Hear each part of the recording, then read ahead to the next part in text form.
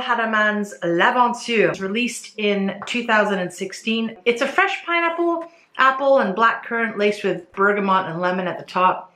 And it's infused with smoke and herby, almost sweaty metallic spices. And then it settles down into a woodsy birch and amber base. It's a versatile scent. The performance is okay, but it does fall fast on me to a skin scent in about a couple of hours.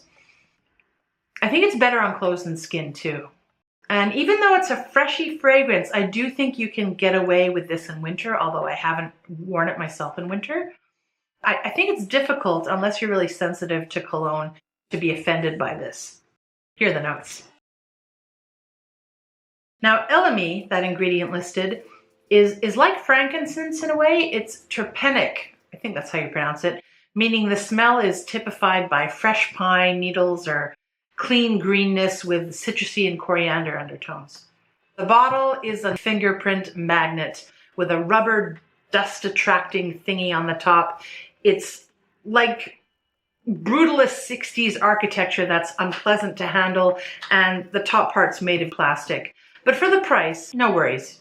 It's what's inside that counts, right? I can see how many a man might think that this or the thing it's trying to copy is the cat's meow and masculinity, but I don't think scents have a gender. It is objectively a decent smell.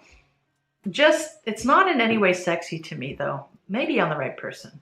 Oh, and for your information, it came in this impressive hard case. It's plastic and it's hard, and I thought this was pretty cool.